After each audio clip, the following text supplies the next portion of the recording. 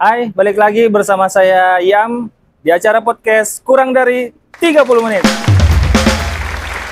Oke, pertama terima kasih Pak telah datang di acara saya. Bintang tamu kita kali ini adalah Dr. Insinyur Samsul Rahman, STP, MSI, IPM. Beliau adalah dosen di bidang agribisnis, betul Pak? Ya, saya perkenalkan, inilah dia Pak Samsul Rahman. Terima kasih Pak sudah datang. Kabar Pak sehat? Alhamdulillah, sehat walafiat. Tadi banyak perjalanan ke sini Pak? Ya, alhamdulillah ya macam-macam sini. Pak, saya mau tanya Ya. Pak. Bapak kan bergerak di bidang agribisnis Pak. Awal mulanya itu Pak, apakah memang dari kecil kita sudah memang nanti kalau saya sudah besar, Ya. cita-cita saya memang mau mendalami bidang agribisnis ataukah dalam perjalanan baru ketemu Pak? Ya, jadi memang sejak kecil ya, cita-cita saya memang ingin menjadi seorang sarjana pertanian. Sarjana pertanian. Karena background orang tua saya kan petani. Petani, oh iya. Ya, jadi itu mendasari saya sehingga saya memilih Fakultas Pertanian sebagai untuk belajar cita saya. Ya. Ya, apatah lagi kan waktu di SMA dulu saya di SMA IPA 2 namanya, biologi. Oh iya, ya. Biologi di SMA Negeri Mamuju saat itu. Dan setelah tamat ya saya melanjutkan pendidikan di Fakultas Pertanian S1. Ya, satu. Di salah satu perguruan tinggi swasta yang Itu di mana Pak? S1 di mana? Universitas Pancasakti. Daerah. Di daerah Balangbodong, Cendrawasih. Oh ya, Cendrawasih. Ya. Lanjut ke Lanjut di Unhas S2, ya program studi agribisnis. ya. Ya. Nanti tahun 2028 baru masuk di S3, ya, ilmu dan teknologi pertanian. Ya. Berarti memang minatnya itu Pak dimulai sejak SMA Pak? Ya, sejak SMA betul. Dimulai SMA itu mulai terpikir mungkin, ya, saya mau ke bidang agribisnis. Karena saya lihat memang penghidupan petani kita kan masih ya serba konvensional, masih ya tradisional. Ya, masih konvensional. Makanya ya betul. Kita perlu perubahan. Perlu perubahan, betul, perubahan pertanian. Karena pertanian ini adalah salah satu bidang ekonomi yang tidak bisa dipandang remeh. Betul. Ya, karena suatu negara yang tidak memperhatikan pertanian akan ya bisa chaos. Ya, chaos. Jadi itulah mendasari bahwa ya sampai sekarang kita kan pertanian kita kan masih melulu ya impor.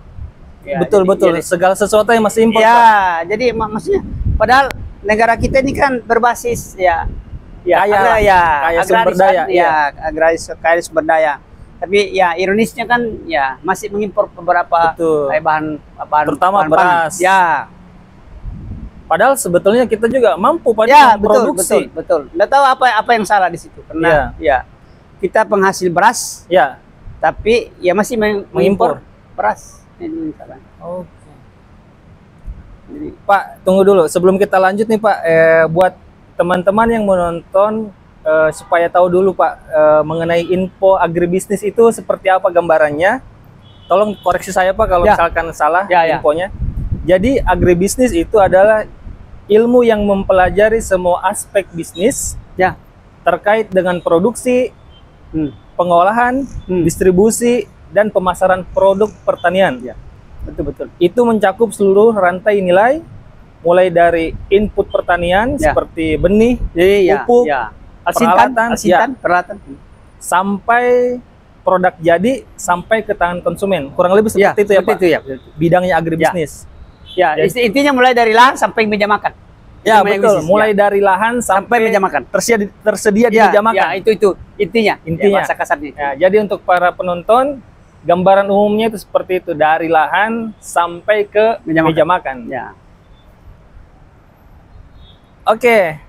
Saya juga lupa tadi memperkenalkan bahwa Pak Samsul Rahman ini adalah seorang penulis buku. Betul ya Pak? Ya, betul. Pak, Bapak kan seorang penulis buku Pak. Apa yang membuat Bapak terinspirasi untuk menulis buku? Ya, karena ya sekarang itu kan eranya digitalisasi. Betul. Ya, manakala kita tidak mendokumentasikan itu ya karya-karya kita, Ya, ya kena hilang. betul betul. Ya, kena hilang. Makanya ya karena ya budaya sekarang anak milenial itu kan hanya bergantung pada ya gadget ya, sama Android. Betul. Ya, jadi manakala kita tidak menulis buku kan kita tidak terdokumentasi dengan baik. Betul Ya. betul. Apalagi kalau buku itu kan di samping ya kalau kita ini sebagai dosen, samping mendapatkan koin, ya Koin? juga dapat kum. Nah, ini ya, intinya. ya, Jadi nilai lebihnya itu Pak. Ya, jadi sangat ya salah rupanya ya kalau ada seorang dosen tidak ya menulis buku. Ya ya. Ya, apalagi kalau orang sudah mau jadi profesor, Ya. satu buku 1 tahun itu harus ada. Harus ada. Harus ada. Jadi itu terancam ditarik dia punya apa namanya? Gelar. Ya, sertifikasi. Sertifikasinya ya. Ya, kalau atau guru besarnya kalau tidak Membuat ya, membuat satu buku dalam 1 tahun. 1 tahun. Minimal itu Pak. Minimal 1 tahun ya. Satu buku. Pak Syam. Pak Syam kan penulis bukunya di bidang agribisnis ya Pak? Iya. Ngomong-ngomong sudah berapa buku Bapak nulis terbitkan Pak? Saya sudah 6 buah 6 buku sampai saat ini, sampai saat sekarang ini 6 buku. 6 buku. Yang menarik adalah salah satu buku saya Ya. yang berjudul apa namanya?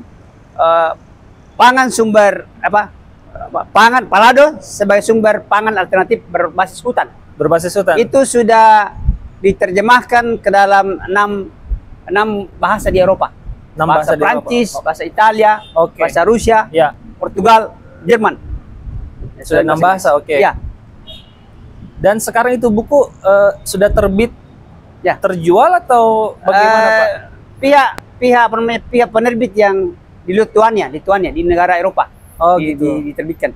Oh. Saya belum apa namanya dapat informasi sampai sejauh mana karena menurut penerbit saya sengaja diterjemahkan ke dalam beberapa bahasa Ya. supaya tersebar Luas di ya, Eropa. betul, supaya banyak orang tahu. Ya. Ya, perlu saya tambahkan Nanda bahwa itu Palado adalah semacam namanya sumber bahan pangan yang berasal dari hutan yang disepelekan. Ya, Itu Palado. seperti apa Palado Pak? Ya, Palado itu semacam jenis makanan berat atau ya makanan ringan. Makanan ringan, oke. Makanan ringan tapi mengandung sejumlah gizi di yang dalamnya. tinggi. Ya. Salah satunya adalah asam lemak. Ya, asam lemak yang Tapi itu Palado langka atau tidak Pak sekarang? langka. Sudah langka sekarang. Langka sekarang. Tapi kalau di hutan masih ada Masih ada kalau di yang saya lihat ya masih di Sulawesi Barat saya temukan. Kalau di tempat lain saya belum menemukan itu. Jadi makanya itu adalah tumbuhan yang endemik. Endemik, Satu betul. daerah. Itulah makanya disebut tumbuhan endemik. Ya. Kalau topik dari buku-buku yang Bapak tulis itu Pak, kira-kira menurut Bapak mana yang direkomendasikan untuk para pembaca Pak? Mana yang duluan harus dibaca dari buku-buku yang kita tulis? Yang pertama buku saya itu yang paling banyak disitasi ya paling dan banyak diminati. Disitasi. Makanya alhamdulillah Nanda bahwa di UIM adalah ranking 1 Sinta saya Disertasi. ya. Nomor 1. Sinta ya, di Sinta. Ya. Alhamdulillah karena banyak disitasi saya punya buku. Ya, selain jurnal-jurnal yang saya pernah terbitkan baik di luar negeri maupun dalam negeri. Ya, yang Sinta. Ya. Juga buku, terutama buku mewujudkan ketahanan pangan ya. Ya.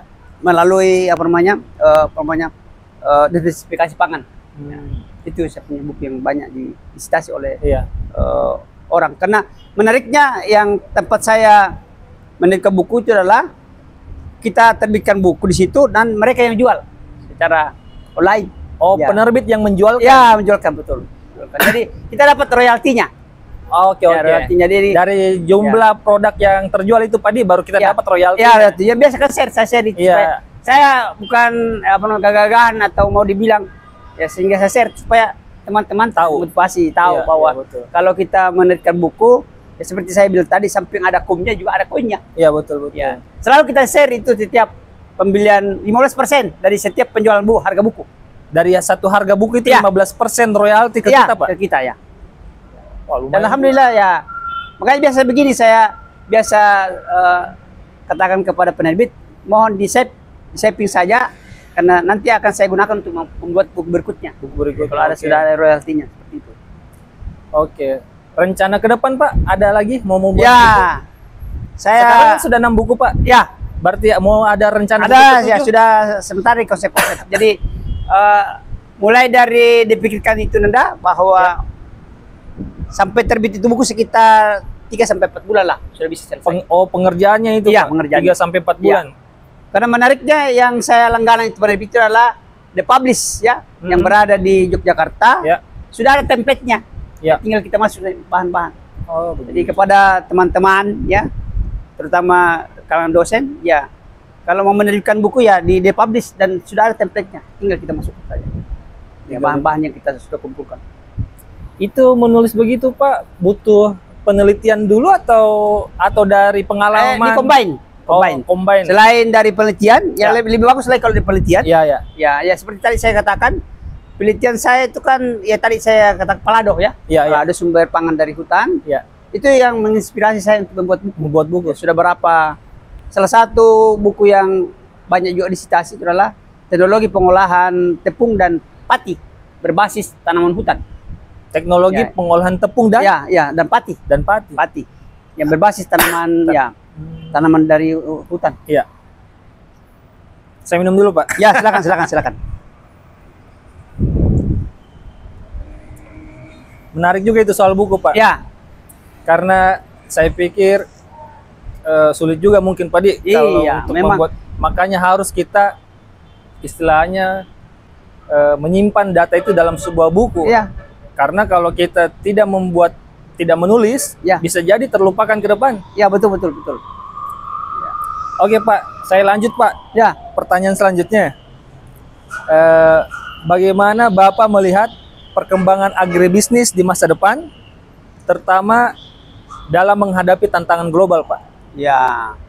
Jadi ini sudah dikhawatirkan oleh beberapa pimpinan kita ya, bahwa Pimpinan di Indonesia, Pak? Ya, pimpinan Indonesia bahwa kelangkaan pangan itu akan selalu menggerogoti kita, bangsa kita.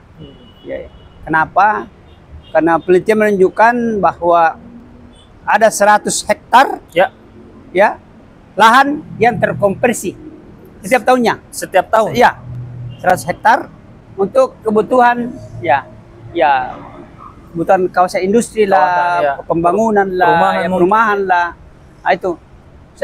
Sementara yang dikonversi itu adalah lahan-lahan pertanian yang masih produktif. Begitu. Ya, jadi kalau Anda mau melihat ya kondisi. Waktu saya datang dari Sulawesi Barat ke Makassar itu tahun 88. Di sekitar permata Melandri ini masih banyak sawah. Ya, masih hijau lah. Ya, masih hijau lah. Sekarang kan ya semua sudah bangunan. Ya, betul. Nah, itu. Sudah banyak gedung. Ya, itu. Jadi ya kita kan sudah katakan tadi dari awal bahwa ya akan begini teruslah kita punya negara kalau Kedepannya. kita tidak kedepannya kalau tidak memperhatikan ya agribisnis. Ya, betul. Seperti tadi sudah Nanda katakan, agribisnis itu kan mulai dari penyediaan saprodi saprodi sampai kepada pendistribusiannya. Iya. Kemasarannya. Ya, itu Sangat berpengaruh seluas itu, Pak Di, agribisnis. ya. Itu masalahnya. Iya. Kalau ini Pak, sekarang saya lanjut untuk Bapak kan juga seorang dosen ya Pak? Ya.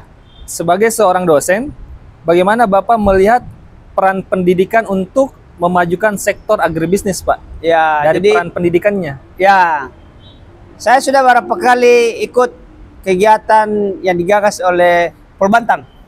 Ya, Polbantang ya. Ya. Politani yang ada di Kabupaten Goa kan? Ya. Ya, itu adalah bagaimana memberikan motivasi kepada generasi muda untuk mengembangkan pertanian, khususnya petani-petani milenial. Ya, betul. Ya, petani milenial. Petani milenial itu kan sekarang harus memiliki basis teknologi ICT dan punya pengetahuan tentang pertanian. Itulah yang diharapkan generasi ke depan itu adalah bisa membangkitkan atau membangun pertanian yang masih carut-marut di Indonesia ini. Ya, jadi sudah beberapa kegiatan itu yang saya ikuti bahwa bagaimana membangkitkan ya para generasi, terutama generasi milenial untuk ya memperhatikan pertanian. Ya, untuk memperhatikan Ya. pertanian Ya. dan tidak gengsi juga mungkin Ya. tadi, supaya tidak Ya, gengsi karena ada juga. penelitian Nanda bahwa banyak sarjana pertanian yang tidak mau kerja di pertanian. Ya, bidang betul, pertanian. betul. Ya, Ini masuk menarik. di bank lah, masuk di mana lah, Ya, ya. ya. Sementara ya ilmu yang didapatkan itu kan tidak termanfaatkan, Betul, tidak betul. diterapkan.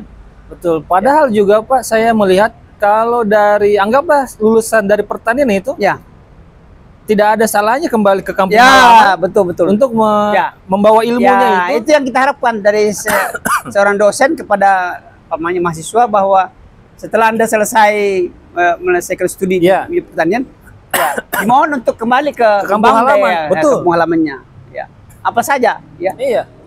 yang Anda bisa buat di kampung halaman. Kampung halaman, betul.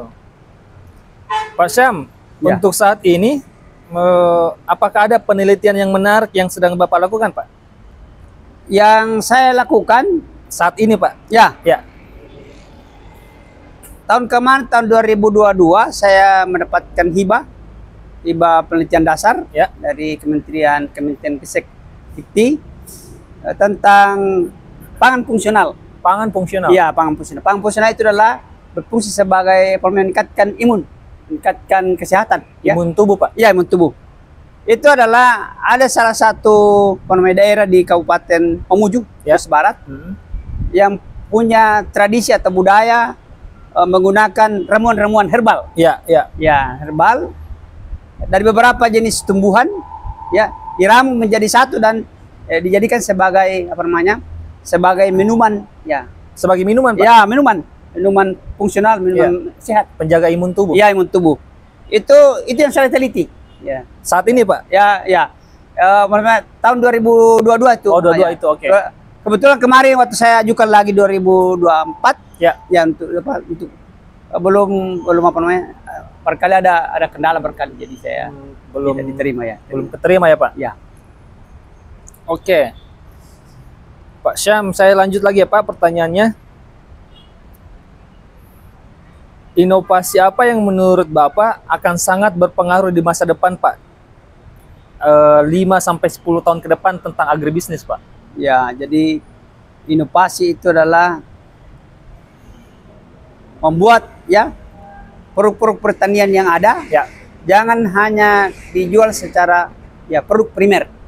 Bagaimana? Harus diolah, ya ada pengolahan, ada teknologi pengolahan. Ya, Maksudnya jadi, jangan mentahnya saja. ya mentah saja. Ya, jangan ada jagung hanya jual dalam bentuk jagung pipilan. Ya. Kalau perlu seperti di kampungnya ya teman-teman dari Bulukumba kan dibeli jagung marning, itu ada pengolahan. Ya, yang popcorn supaya begitu. ya popcorn, betul, supaya ada nilai tambah Ya. yang didapat oleh petani. Jadi sejalan dengan program pemerintah hilirisasi. Ya. Hilirisasi. Jadi ada pengolahan, ada industri pengolahan di daerah sumber komoditi tersebut, jagung atau ya seperti kakao ya. Kakao itu ya tidak ya harus dijual dalam bentuk biji kakao. Harus ada pengolahan, ada hilirisasi, supaya ya ada nilai tambah yang didapatkan oleh masyarakat, tentang petani, petani sendiri. Ya, betul. Tapi kalau dalam jangka ke depan, Pak, masa depan 5-10 tahun lagi, kira-kira apa itu, Pak? Ya itu tadi pengolahannya yang harus ada pengolahan. Ya. Kenapa harus pengolahan? Ya. Supaya kontinuitas itu produk tetap ada. Ya, tetap ada. Dan nilai jualnya pun tinggi, Pak Di. Kan ironis ini, Nanda, ya. Kita penghasil kakao, Ya. tapi kita mendapatkan super queen dari luar. Jadi produknya kita Betul, diolah di Amerika atau di Eropa, kembali ke negara kita sebagai super queen. Padahal kakao ini sumbernya kan dari kita, dari tanah kita. Provinsi atau daerah yang paling banyak menghasilkan ekspor kakao itu adalah Sulawesi Selatan. Sulawesi Selatan. Ya. Tapi kenapa? Ya. Olahan kakao sangat minim yang ada di kita lihat sekarang di daerah Makassar. Malah orang luar yang menjadikan betul. Nilai tambah itu didapatkan oleh orang luar. Iya. Kita mengekspor biji, baru kita mengimpor, sudah dalam olahan kan. Betul. Ya, seperti Super Queen, apa segala itu kan. Ya, kita penghasil kakao nomor 3 di dunia setelah Pantai Gading dan Ghana. Oh, kita penghasil kakao terbesar Ya, ketiga di dunia. di dunia. Tapi ironisnya adalah Ya, di samping tidak ada olahan, ya, dan kita juga paling sedikit mengkonsumsi kakao itu. ya lemak kakao. Ya. Kalau di Indonesia Pak, kakao itu ada juga mungkin yang memproduksinya atau ada mungkin? Maksudnya ada, tapi hanya presentasi Tidak sangat kecil, ya, sangat kecil. Tidak sebesar. Tidak sebesar produksi yang kita hasilkan. Iya, iya, iya. Ya. Oke, Jadi, ya. tidak sebesar produk yang kita hasilkan. Ya. Ya, ya. Pernah saya ikuti suatu pertemuan secara nasional, Dinda, bahwa pengusaha kakao di Malaysia itu Hah? terancam tutup manakala keran ekspor kakao dari Sulawesi Selatan khususnya Ya, ditutup. ya, ya, ya. Jadi pengolahan kakao di Malaysia itu akan tutup kalau tidak ada ekspor biji kakao dari sini. Oke. Ya, Jadi gitu. dari Malaysia itu tergantung dari Ya, Sulawesi. betul deh ya. Dari produk-produk yang ada di Sulawesi Selatan. Iya, iya, iya. Ya. Saya hebat juga. Sulawesi ternyata menghasilkan produk kakao terbesar. Ya, terbesar. Ketiga di dunia. Ya. Indonesia. Lanjut Pak, Ya. pertanyaannya, bagaimana Bapak melihat peran teknologi seperti pertanian cerdas dan digitalisasi dalam merubah sektor agribisnis, Pak? Ya, inilah yang tugas perguruan tinggi ya, untuk mensosialisasikan teknologi tersebut. Oke. Karena masih banyak masyarakat yang belum masih gagap teknologi. Iya. Ya, sekarang ini kan sudah digitasi serba ya, pakai menyemprot drone, pakai Ya, betul. Ya. Saya melihat itu Pak, ada sawah yang disemprotnya itu sudah pakai drone dari atas. Drone ya, menyemprot apa namanya hama, memupuk sudah pakai drone semua. Ya. Itu di luar Pak, baru di luar. Ya, di luar. Iya. Jadi sementara ya di Indonesia sudah banyak yang tapi masih sedikit presentasi yang menggunakan itu. Oke. Jadi itu bagian perguruan tinggi Pak? Iya. Untuk mensosialisasikan hal tersebut? Ya, betul. Itu Pak, kalau pertanian cerdas itu jenis-jenisnya memang seperti yang tadi menyemprot pakai drone. Selain itu apa lagi Pak? Pokoknya pengolahan tanah, sudah pakai teknologi lah. Teknologi, ya. Oh, oke. Traktor itu jalan ya, kalau dulu kan masih pakai pacul. Betul, ya. Pacul sudah teknologi. Ya, terus menanam padi pun masih pakai orang untuk mundur. Sekarang sudah pakai. Sekarang sudah pakai peralatan canggih. Alat canggih. Itulah yang disebut pertanian cerdas. Ya, cerdas, betul. Oke. Dan disitulah perannya institusi atau perguruan tinggi ya. Untuk mensosialisasikan pertanian itu harus memberikan atau minimal merubah kurikulum bagaimana memberikan pembelajaran kepada mahasiswa tentang smart farming itu ya. Oke. Pak Syam, sebelum lanjut ke pertanyaan selanjutnya Pak, kita mau masuk dulu ke program khusus, program promosi. Kita masuk di program promosi Pak. Berhubungan dengan tadi pertanian pertanian cerdas. Itu harus bukan harus melalui juga, maksudnya mungkin di perguruan tinggi lah bisa dapat sosialisasinya lebih luas. Oke Pak, mungkin bisa dijelaskan Pak, Bapak ini dosen di mana, dan kira-kira untuk generasi muda yang ingin terjun di bidang agribisnis itu tepatnya untuk melanjutkan studi di mana Pak? Ya. Silakan Pak. Jadi kebetulan dan saya berkarir ini dosen di Fakultas Pertanian Universitas Islam Makassar. Jadi kepada generasi muda yang tertarik bidang pertanian masuklah di Fakultas Pertanian Universitas Islam Makassar. Di situ ada 3 prodi. Ada 3 prodi ya Pak? 3 prodi. Ada kehutanan pertama. Ada agribisnis dan ada agroteknologi. Oke. Iya. Yang dibidangi Pak Rahman ini? Saya di agribisnis kebetulan. Jadi S1 saya Nanda adalah teknologi pertanian. Teknologi pertanian. S2 saya adalah agribisnis. Dan yang S3 adalah ilmu dan teknologi pertanian. Jadi buat generasi muda yang mau melanjutkan bidangnya ke agribisnis, atau siswa-siswa ya Pak? Ya, siswa ya. Siswa-siswi yang mungkin sekarang masih kelas 1 SMA, SMK, kelas 2 SMA, SMK, kelas 3, itu kalau mau lebih kenal Ya. dekat dengan Pak Samsul Rahman, silakan datang ke Ya, UIM ya Pak. betul. Silakan datang ke UIM, mendaftar di UIM, akan kenal beliau dan tentunya banyak gudang ilmu di sini. Ya, insya Allah. Silakan Ya. untuk generasi muda datang ke UIM, mendaftar di UIM. Jangan lupa. Jangan lupa. Betul. Pak Syam, pertanyaan terakhir Pak. Ya. Apa yang Bapak ingin sampaikan Pak ke generasi muda yang ingin terjun di dunia agribisnis Pak? Ya. Dan keterampilan apa yang harus mereka kuasai Pak? Ya. Seperti saya katakan tadi bahwa generasi kita, generasi muda ya, khususnya ya, kaum milenial, kaum milenial, ya. Jangan sungkan-sungkan atau jangan enggan untuk masuk bidang pertanian. Ya. Karena pertanian ini adalah ya apa namanya? Banyak ya negara yang terpuruk gara-gara dia menyepelekan pertanian. Oke. Ya, apalagi kita ini adalah negara ya yang notabene agraris. Ya, makanya untuk menggapai masa depan di bidang pertanian, ya harus ada ya seperti tadi kita katakan, ya harus masih di bidang pertanian. Ya.